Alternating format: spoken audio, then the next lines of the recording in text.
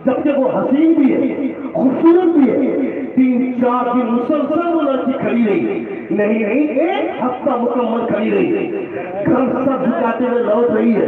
बाप चारपाई पर लेटा हुआ बुरा बाप, वो बुरा बाप पूछता अपनी बेटी से, घर की गुर्बत दूर करने का सामान ले आई बेटी? वो बेटी बोलती, अब्बू जान 1 हफ्ते से चौराहे पर खड़ी हो कि कोई नौजवान मेरी तरफ देखेगा, मैं उसको अपने हुस्न से माई करूंगी और फिर जिस्म का धंधा करके पैसे कमाऊंगी। मगर 1 हफ्ता गुजर गया, किसी ने मेरी तरफ आंख उठाकर नहीं देखा। बाप के अंदर बैठने की ताकत नहीं है, मगर अचानक जज्बात भड़क उठे, उठकर बैठ गया और बोल पाए बाप कि किसकी मजाल मेरी बेटी को आंख उठाकर देखे जब मैंने अपनी जवानी में आज तक किसी गैर महरम औरत को आंख उठाकर नहीं देखा है। जब मैंने किसी को नहीं देखा तो मेरी बेटी तो किसकी मजाल की देखेगा। मेरे हुजूर फरमाते हैं, तुम दूसरों की बीवी और बेटियों की हिफाजत करो, खुदा तुम्हारी बीवी और बेटियों की हिफाजत फरमाएगा। ये मेरे मुस्तफा फरमाते हैं। आज हमने अपनी जिंदगी बर्बाद की, अपने बच्चों को अपने बच्चों की जिंदगी अपने दांव पर लगाया। क्यों? हमारा बेटा अगर मेरी बात नहीं मानता, हमने 1 गिलास पानी लाने के लिए कहा, मेरा बेटा नहीं लाया तो मैं नाराज हो गया, अपना काम नहीं किया तो नाराज हो गए।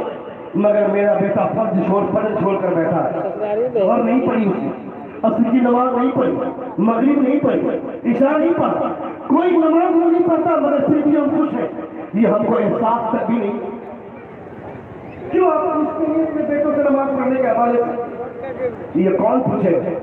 ये तो वो पूछेगा ना जिसका बाप खुद नमाज़ी पंजगाना का पाबंद होगा। तो से बोलिए, शॉर्टकट में जन्नत चाहिए था, शॉर्टकट में जन्नत ये बाप ने बनाई है क्या? मैं यहाँ जन्नत बांटता फिरूंगा। पीर साहब आ गए मोहल्ले में, सारे लोग जाकर चक्कर चाटने लगे पीर साहब का कि पीर साहब जन्नत दिला देंगे। खबरदार खबरदार, 2 साल से मेरी माँ से बात नहीं हुई है। मैं भागलपुर में किराए का मकान लेकर के रहता हूँ, सुबह शाम अपनी बीवी को कभी रसमलाई खिलाता हूँ, कभी रसगुल्ले खिलाता हूँ, मगर मेरी माँ ने सुबह तक नाश्ता किया भी नहीं, तो पार का नंबर किया भी नहीं, रात का जीवन उसके नसीब में हुआ भी नहीं, इसके फिक्र नहीं करते। और पीर साहब आ गए मोहल्ले में, तलवार काटने लगे। मैं कहता है सारी जिंदगी भर पीर से तलवार काटेगा, कोई जन्नत नहीं मिलेगी अगर माँ तुझसे नाराज है। इसलिए कि मुस्तफा फरमाते हैं, जन्नत पीर के कदमों के नीचे नहीं, तुम्हारी माँ के कदमों के नीचे। जन्नत तुम्हारी माँ के कदमों के नीचे, जन्नत तुम्हारी माँ के कदमों के नीचे।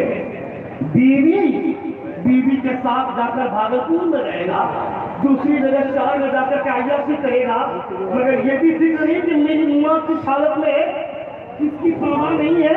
और सोचता है अभी देखना शबे बारात आने वाली है, मस्जिद में पाँव रखने की भी जगह नहीं मिलेगी, कभी नमाज पढ़ने नहीं आता, मगर देखना शबे बारात में भीड़।